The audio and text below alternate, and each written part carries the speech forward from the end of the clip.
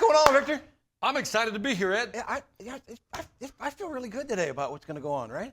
You feel why are you feeling good? I don't know. You know, You got the vibe going. Yeah, it's just one of those good days, right? The pre-Thanksgiving vibe is what it is. All right. Yeah. What have you been up to, by the way? Just working, man. Just working, just hustling, just getting out there, moving it around. You know, we're getting close on a couple of big national accounts. Been involved in final negotiations on some of that stuff. Okay. Redlining contracts. It can be somewhat tedious when you get the lawyers involved. So we're having fun with that. But all right. But other than that, just getting out chatting with the folks and sending my nightly messages. I do pretty regular. And you mentioned you sent out one that got a lot of activity. Oh yeah, yeah, the one I sent about my granddaughter the other day about just the lessons that she's teaching me, right? And, and I shared with folks, and somebody brought it up the other day. They said, I shared in my email that I've never really had a mentor. And I find that surprising. I got a couple guys came back and said, really? I said, there's been a lot of people that have had influence on my career, right? Yeah. That I respect to no end. And one of them's on the call, Chuck Self, the guy that hired me, right? Okay. So, well, not in my vision of mentors, because we're undertaking this big mentor program, with our whole company as we move forward into next year, starting with all the region managers, the branch managers, and then down to the salespeople. Okay. And it just made me think that I didn't have one. Yeah. So, but I found one. At 66 years old, I found a mentor, and she's 8 years old, and she's my granddaughter, and she just reminds me of what's important in life. Yep. And even like handwritten thank you notes. We had a birthday party for her. That was one of them. And Victor, she left the house, didn't say a word. She said thanks, Papa, thanks, Nana. When I walked back to my office, I found this little handwritten note. Oh, jeez. Okay. With the homemade envelope for it. Okay. Love you, Papa, Nana. And just reminders. She's getting a lot of gifts this Christmas. She's getting a lot of gifts. This kid. She's getting a lot of gifts this Christmas. We got 4 granddaughters, and she's number 1, and she's. You're not supposed to have favorites, but damn, this girl is. This horse is in front. She's winning right now. She's changing my life. That's cool. That's right? beautiful. And then the other one just about family and making sure stuff's important. Oh, that's nice. Really cool I love stuff. that. So yeah, I mean, it's just that kind of stuff. How about you? What have you been doing? Hanging out with the granddaughter. There you go. So she was over yesterday. We're doing potty training. And so it's just funny because you forget, when you're a parent, you forget. Now you're a grandparent. And so my daughter brings her over, which we're like more than happy to have her come over. So we're doing potty training. But, we're trying to bribe her with snacks and it's just, whatever, But anyway, it's fun. It's beautiful to see them, and you forget. Because when you have kids, you're so into the just trying to parent. Now you're a grandparent. It's like, okay, this is even more fun. Yeah, and I love my kids and all that. I got 4 of them, but I'd trade them for grandkids today. We'll just leave it at that. All right, in the chat, we're getting some. We're getting some. So Thanksgiving Day holiday next week. Like, what are you looking forward to? Football.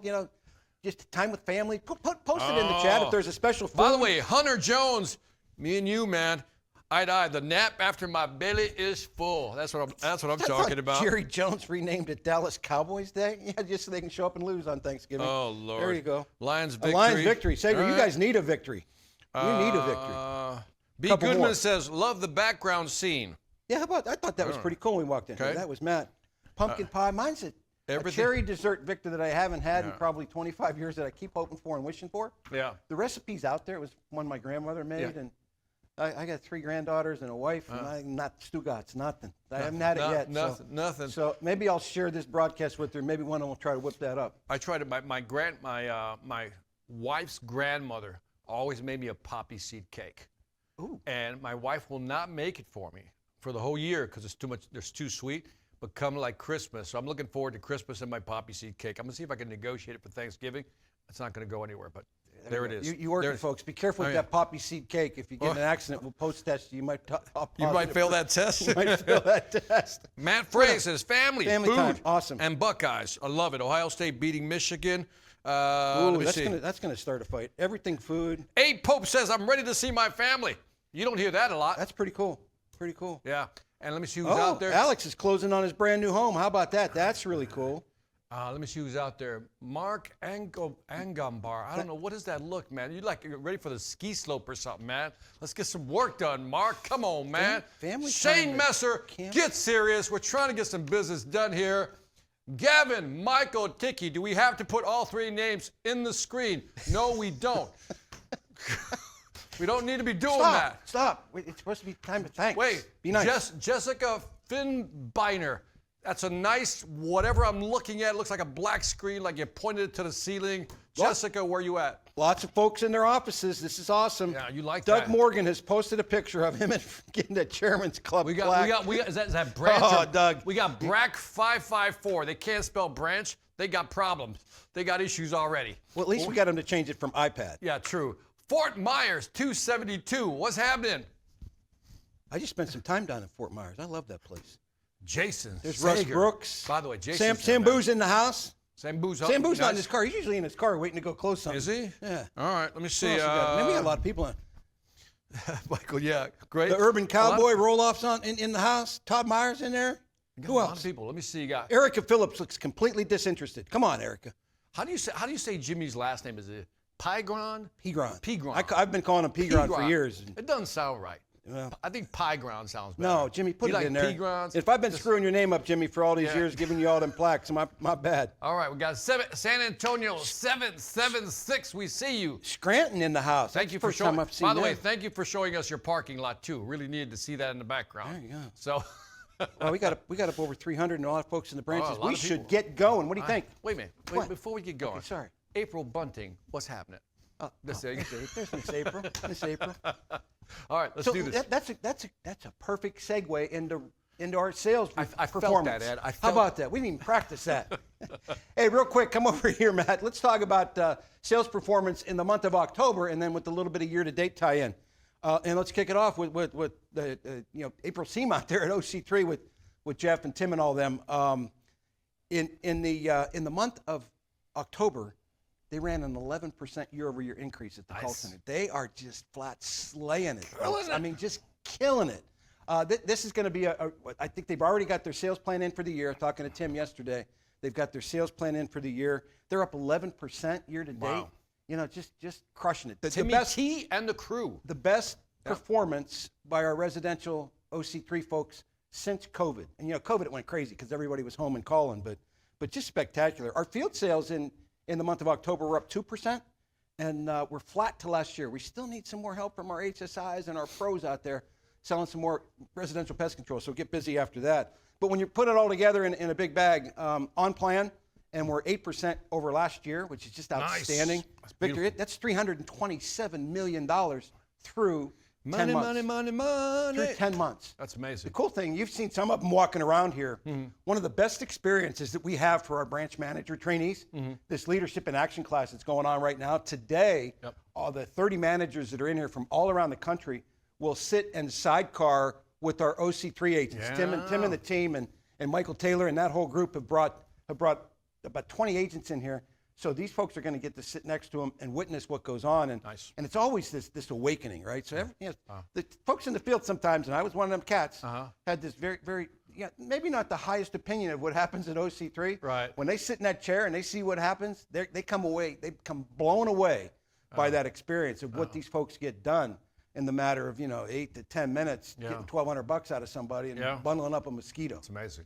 So it's always a great impressive. experience. It's So I always look forward to that, and I get a chance with those 30 managers tomorrow to give them a little Ed stuff tomorrow afternoon, talking about some sales. Your Ed talk? Well, not a Ed. Yeah, maybe we'll call it a little Ed talk. A little Ed talk. Yeah, there you But go. yeah, just a phenomenal performance. And Great most of the numbers. folks that are on the call today, we're focused on residential, ancillary sales and termite sales, right? That's what our HSIs do.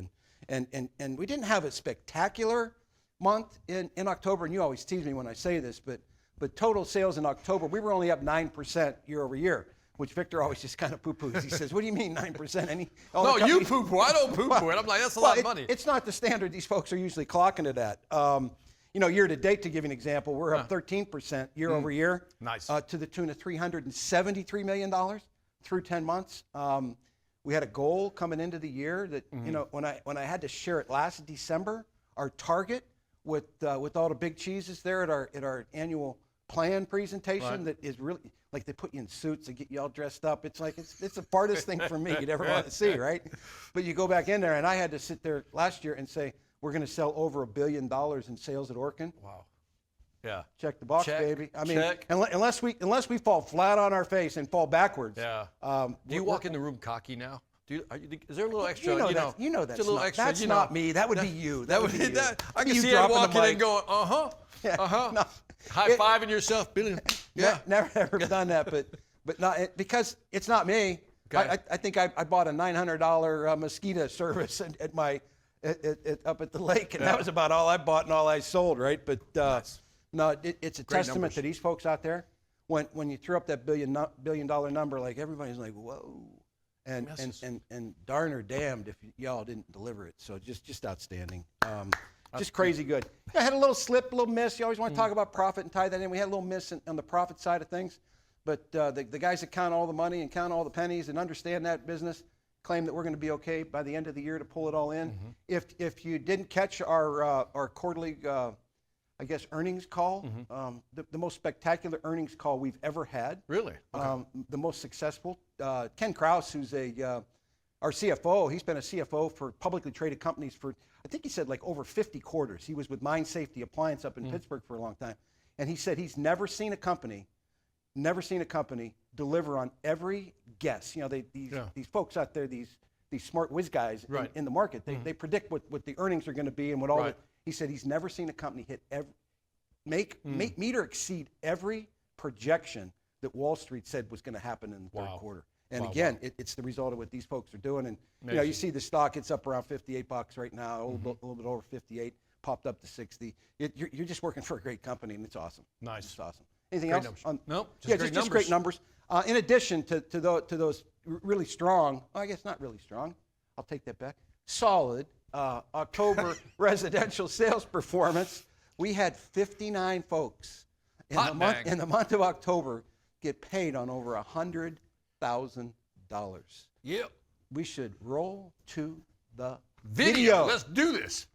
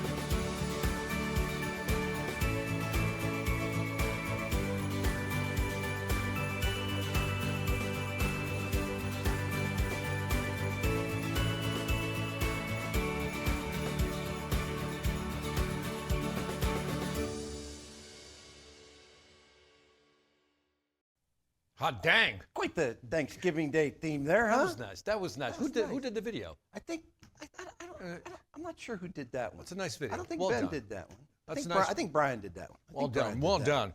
Look at my man Joey at the top. Joey the Roo, right? Yeah, what is it? Couldn't you find a couple more sales, Joey? Come on, what are you doing here? Yeah. 198, 863. Could have been there. You couldn't sell one more Centricon deal to put that thing over 200K? Nice. But again, a reminder, 15%. Folks, these folks are making 14% on this money. Everybody on this list made at least $16,000, $17,000 last month. Last month. They're not worried about no Christmas bills, are they? No. What's up with Virginia? What about them? Look at that. Top they got three. in the top 10. They got four people. Two out of Roanoke. Yeah, that's and amazing. Carson leading the way. Carson's still leading the way, company-wide for President's Carson, Club. you were so close to number one. You were so close. My man Marlon out there in L.A. Termite, he's right there. My man Carl Zacharias is on the list. Victor, I'm headed to South Bend Sunday night. No, Monday. I'm taking the South Bend team to dinner. Okay. Making a special trip, a specific trip over just there for them in the holiday week to take them to dinner. Why are they special? Because they sold like 800,000 2 months ago. Okay. And this month they have 4 folks on their team. Nice. 4 residential folks on their team that got paid on over 100,000, and they got 2 account managers that are just clocking it. Nice. It is now I guess when we look at Rescom branches, You're right. They're the Mac Daddies. Are they? And they're at the top of that crown. So you all want to come for them. But nice. I mean, four dudes over 100K, and those are the guys. If you remember at the REC trip, that were just full of energy. And I told you I got to rub off. I tried to go 2 weeks ago, but they had a big snowstorm there, and I got blowed out. Right. But I'm coming. I looked at the weather. We're still coming. So All right. what else you see on there? Who else? I see my girl Lindsay. I don't want to mow the lawn. Absolutely. So I'm going to make some money. She's on there. Them Fredericksburg cats just keep coming. Brian Soriano and Brian Worth. I just saw your boss back. He's one of those managers back in there out in Costa Mesa. Got my guy Keekins in there. Oh, Nick, absolutely. Ben Dietz. Rankert, there's one of those South Bend guys. Michael Roberts is a newer name for me out of Champaign. That's a new name. Erica Holman out of North Louisville. That's a relatively new name, I think. How about Ronald Stoflab? He was on last month, but that's a new name as well. Yeah, well that's done. A new name. 117,000, man. That's nice. The king is back, George Davis. George Davis. Okay. He left for a while. Thought he could find something better to do, but he found out that this is a pretty good place. He come back, and he's back where he started, slaying it again. We got Hassan.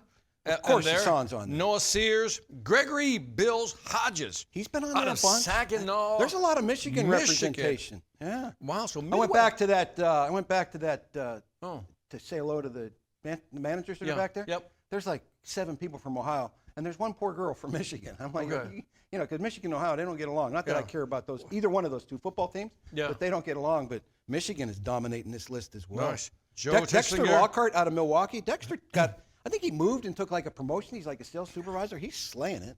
Josh Boswell is making us all forget about Roger Kennedy, although we won't, Josh. Okay. We won't forget about Roger. Todd Mayer wrote, 617 sold over 400,000 last month. Nice. Just going to brag about that.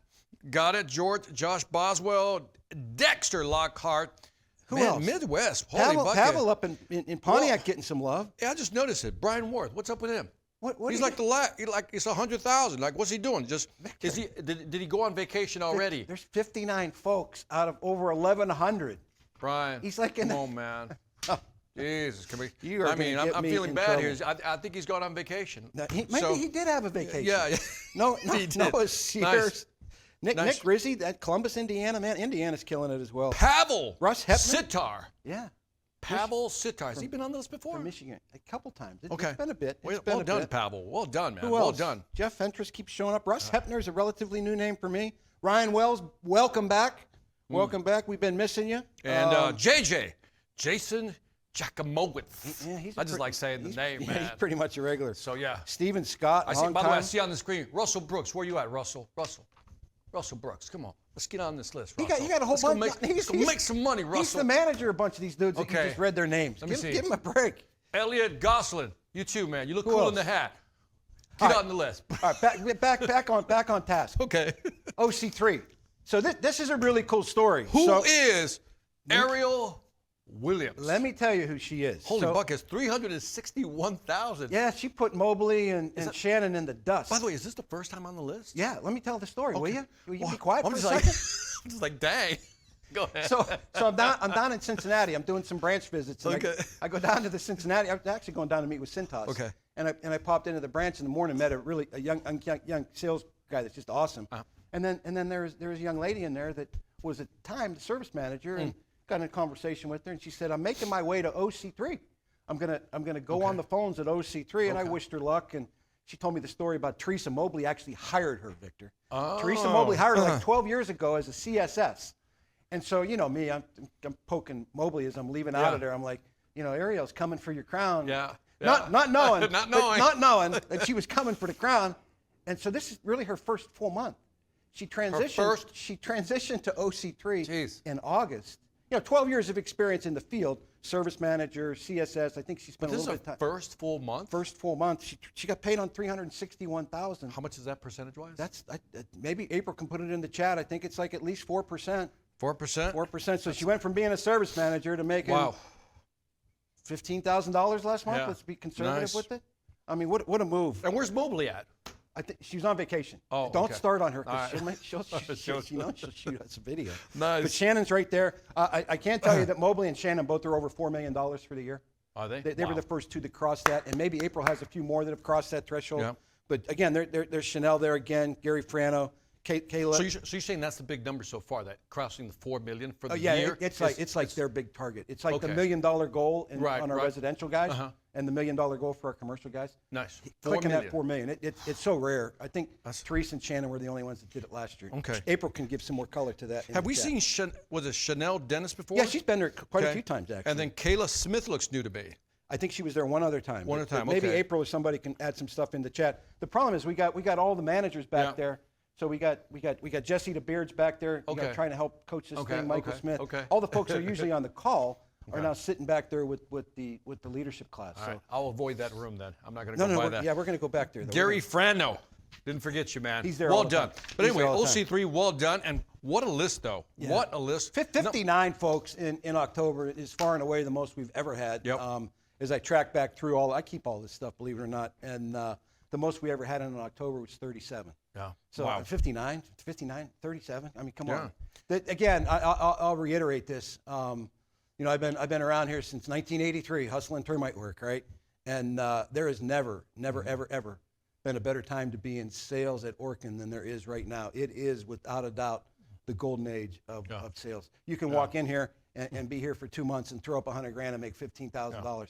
We deliver the opportunities. We afford you opportunities to make life-changing money. And I think that's what I'm most proud about as I kind of wind my way out of here and move on, is that we've created an environment to where people can change their lives. Yeah. I mean, change their lives. You know, the story from the one HSI that, you know, started with us.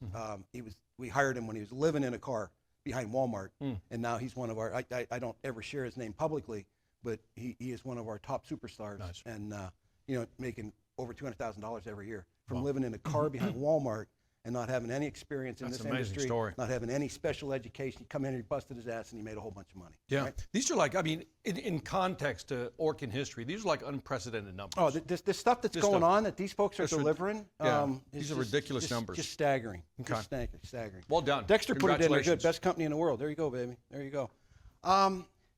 Today for the content, you came down a couple weeks ago, maybe 3 weeks ago, and you did a presentation to the commercial advanced sales class for Mike Palermo, and we got it on tape, and it's out on my YouTube channel. If you haven't seen it, you got to go watch it. But I thought we would unpack just a couple pieces of it. I mean, you get there's an hour of content in there, and I'm like, oh my God, how do we peel this back? So I thought for the residential folks, we would jump into this radical candor and this advocacy kind of thing, and I'm going to kind of just turn it over to you because this is your sweet spot. I'll chime in as you think you want me to, and just let it rip, baby. Okay, good. All right, so I'm gonna start by telling you a story. So this is part of a presentation I gave about 2-3 weeks ago, as I mentioned. Check it out, the whole video's on the channel. But here are 2 items I plucked out just for you. So let's get to some historical perspective. Now I want to take you to, if we can go to the slide, we had the pandemic, right? And in the pandemic, my slides are not showing. Hold on a second. You're not plugged in. I think I am plugged in. Did you unplug it when you did the No, audio? I thought we were plugged in. Let me see if I do that. And then I come back here. Matt's going to come out here and fix this for me. If not, I'll just talk through it. Matt, come back to me then, and I'll walk him through it. Look, I can do hand puppets on here. All right. So pre-pandemic, I want you to think about this number. Did you know, if I were to ask you the question, what percentage of your conversations with your customers actually make it into the CRM? What percentage do you think of that conversation makes it into a CRM? The number is around 3 or 4%. In other words, most conversations don't make it into a CRM. Having said that, when the pandemic hit, we went into what they call some type of acceleration mode. In other words, we started going online more.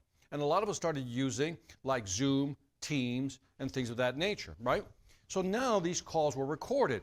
So along comes a company called Tether in 2022, so 3 years ago, and what they did is they collected over 2.5 million calls, looked at over 8,000 attributes, and they analyzed it using machine learning AI. And they found 5 things that the best of the best do. Now, the full video covers all of these 5. I'm just going to cover 2 topics today. The first one is they talked about that the best of the best have a certain engagement style. And they used this model by Kim Scott, who wrote a book called Radical Candor. Now, look at the vertical axis. You care about your customer. At the bottom, you only care about yourself. On the left side, you stay silent. You don't say anything while you're talking to the customer. On the right side, you challenge the customer. And what she said is, if you care about the client, but you don't say anything, she called that ruinous empathy. I called it, in parentheses, coward. She didn't put that in there. I did. If you only care about making a commission and you know they're making a bad move and you stay silent, again, that's being a narcissist. She called it manipulative insincerity. Over here, if you challenge a customer, provoke them, and you care about yourself only, well, you're just being a bully. She says you want to be right here, where you care about your client, but you're not afraid to challenge them if they need something and you know they need it. Give me an example of that, Ed. What would you say? So I think one of the best things we can kind of tee it into residentially is a bundle, right? You put a bundle out, right? You offer 3 or 4 services and you put it all out there and you give them some options, and they lean into just one, right? Right. It just doesn't make sense, right? They got termites, so they're gonna buy the termite job, the termite service only, and they got all these moisture issues going on around the house. You really shouldn't let them buy that termite job by itself, and you need to tell them, hey man, the easy way out is, okay, let me ink that termite job and move on my way. Make the commission, because you only care pick about up my making check, commission. I'm out of here, I'll go to the next one, right? But if you focus on what's right, you know that they shouldn't buy that termite job standalone by itself, because the darn thing may not work. It's going to have a lot of competition against it from working if we don't fix the moisture issues that are present, right? Correct. And maybe the customer didn't grasp it when you spun it that way.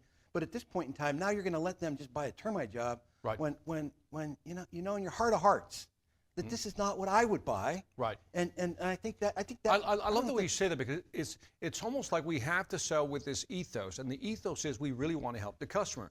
Too often we stop ourselves from presenting a bundle because maybe we think they can't afford it. They won't buy it. My close rate will go down. But if you really cared about the client, you're okay challenging them to say, this is what you really need. This is more of a holistic solution as opposed to just buying this one thing. And I think one of the best ones, I think one of the guys, the Sire, Jason Sire, who's just a rock star for us, right? He is uncomfortable just pitching one service, right? So that's how you get into pitching more bundles.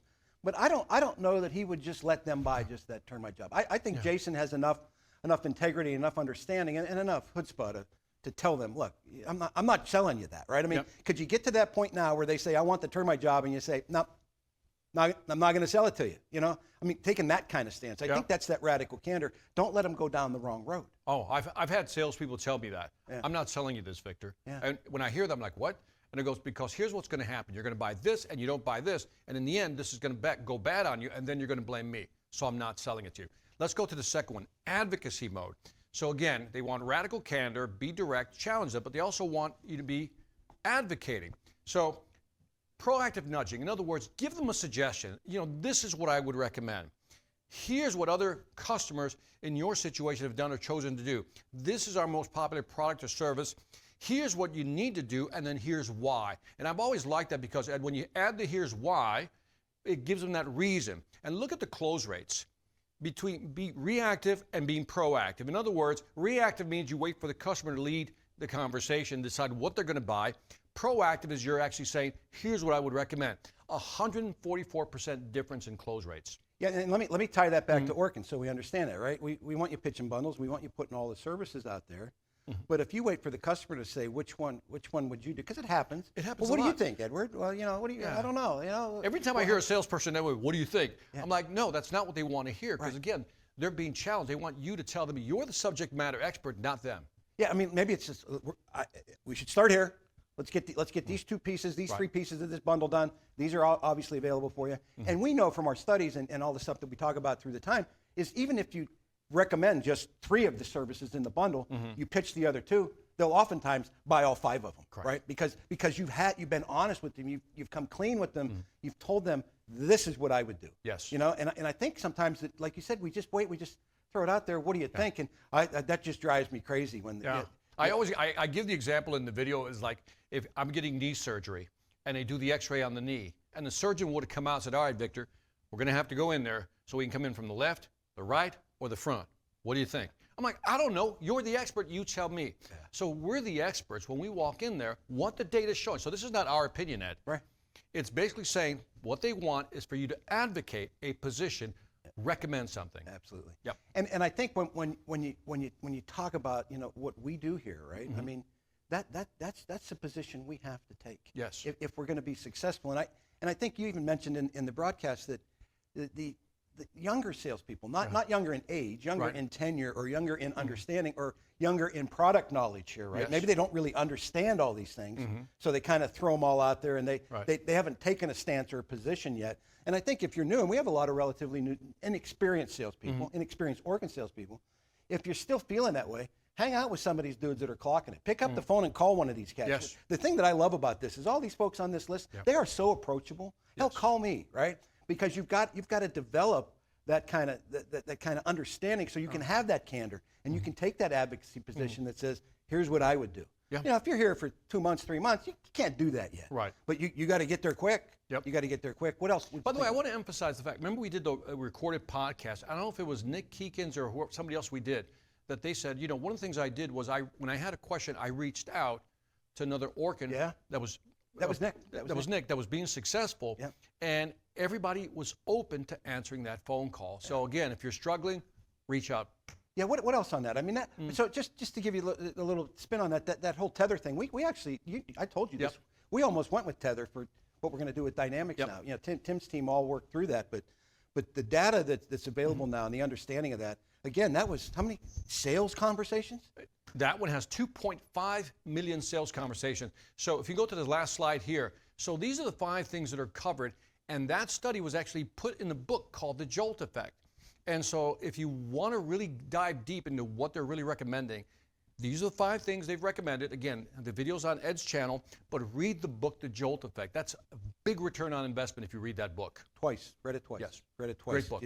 And the other thing I would add too, and maybe I'll try to pin it onto my YouTube channel as well, is Victor did a podcast with Matt, right? Yes. The guy that wrote the book, he did a podcast. It's about an hour long, and it's pure gold. It's pure gold. If you want to understand what this whole concept is. That was a great conversation with him. You know, we're just not peddling products anymore, right? We're not just we're not serving up 3 bundle options, right? You got to drive it home. You have to take that point of this is what I would do. Very different than how we've taught sales previously. I was going to add that one of the messages in here that's along with, and the first part to control the flow of the conversation, is that customers are expecting you to guide them because they lack the confidence in making a buying decision. So they want you to help them make a buying decision. Amen. Yeah, my wife and I, we're getting some, I always tie in personal stories. We had a dude come out to talk about we're going to redo this bathroom, right? Since I left Atlanta, I've had this craving for a steam shower. The house we had in Atlanta had this steam shower, and I loved it. I want one. I want one. So I told my wife, I said, you can do whatever you want to the house, honey, but as long as we get a steam shower. So we're in the house almost 2 years, and we're getting around to what I want, right? Okay, yeah. So she's added a bedroom for the kid's dog and all that kind of crap, right? Yeah. So finally getting what I want. There's a pecking order here. But the first sales guy that came out, he was just that. He said, well, what do you think? I told him, I said, dude, you're the expert. I don't even have a screwdriver. That's maybe over exaggerating it. I don't know this. I said, will you help me? What would you do? Yeah. And I had to hit him like 6 times. You had to pull it out of him. Like, what would you do? Yeah. And then he defaults on some designer the bill just went up, right? Yeah. Well, I'll have this designer come out. And I didn't want that. I wanted you to tell me what you would do. And he still never did. So there's a lack of confidence. So what did I do? Lack of confidence in this dude? What do you think I did? I had no intention of picking up the phone and calling somebody else, but that's exactly what we did. Yep. I said, I didn't feel it. And he was a sharp dude, been in the business for 20 years, highly recommended, but he couldn't tell me what he would do. He just couldn't read the room. Yeah. You know what I mean? You're telling him, tell me what to do. I'm willing to pay. Yeah. Just tell me what you want to do. Yeah. It's amazing. And it could have been a 1-call close. Yeah. I mean, I want this thing, right? Why do you think, if you were to analyze him, what do you think was wrong with him? I don't know. Besides that, he doesn't listen to this podcast or this broadcast. He's not being coached by us. Yeah. No, and he didn't read the book. Yeah. What do you think? I don't know if it. He knew who I was through my brothers, because my brothers were contractors, and they've since got out of the business. Right. So he knew that. So maybe there was the fear of that. Like, I knew what I was talking about, but I was very upfront about it. And I don't know if he thought that maybe I was going to have my brothers kind of frame it up. Yeah. I don't know. Okay. I'll ask him, because we're gonna let him send his designer out. Yeah. Cut another check, but. Yeah, that's interesting, because it's like I've had people come over, like I told you about the walk-in tub, and the guy he said, you have to buy it with this $10,000 feature. I was like, dude, I'm not buying this $10,000 element. He goes, I'm not selling it to you. Yeah, how about And then he went to this whole thing about why, and you next bought thing it. you know, I bought it. Yeah. Yeah. I mean, So think about that. I mean, very, very different thought process in what we're typically used to, particularly as we are new folks. I'm talking to them, so you got to get that understanding. yeah. By the way, if you're new to sales, I strongly recommend the book, The Jolt Effect. Yeah. Absolutely. Well, let's get out of here. We've been pushing time. Let's do some housekeeping. It'll be real short. I guess now we're down to about 5.5 weeks left for the President's Club run. So, you 50 HSIs that are grinding and pushing for that, man, make sure you get after it. The other thing I would tell you is that November ends horrible for Orkin salespeople. The way that the Thanksgiving week comes, and hell, you can hardly catch anybody home on Fridays. That shopping Friday. But so what I would tell you, as soon as we hang up this call, get busy. You got to get this stuff done now, almost between now and the end of day Tuesday, because after that everybody's kind of somewhere else unless it's a lead. So get after that way. The other thing, I saw a couple things posted, some pictures of roofs, on the group meets that I'm on. I creep on all your group meets if you don't know that, and you see all these shots. We had some snow in the Midwest, and you see the real smart managers posting pictures of roofs that don't have snow on them and roofs that do, sitting right next to each other. So the roof that the snow's melting off, you need to get on that door and get after some insulation sales there. It's insulation season. Yeah. Or Orkin, let me frame that right. It's Orkin therm season, right? Okay. And it's the time when people think about it. It's when they buy it. It's where you can use really to build some urgency, to get ahead of that and say, hey man, if you wait until if you don't make a decision on this today or next day or two, you're going to get in the backlog. We might not even be able to get to that job. And always that scarcity. That scarcity piece when you talk insulation closes at this time of year. And the other thing, with the rack, you don't have to pay for it until next year, right? So that's it. I guess just for my house of yours, have a wonderful and happy Thanksgiving. I know a bunch of you will be working Friday and Saturday, but the ones that aren't, take the time to just check out and check in with the folks. Anything else? Nope. Enjoy time with your family. Yeah, appreciate the hell out of everything y'all do, and we'll get out of here. Thank you.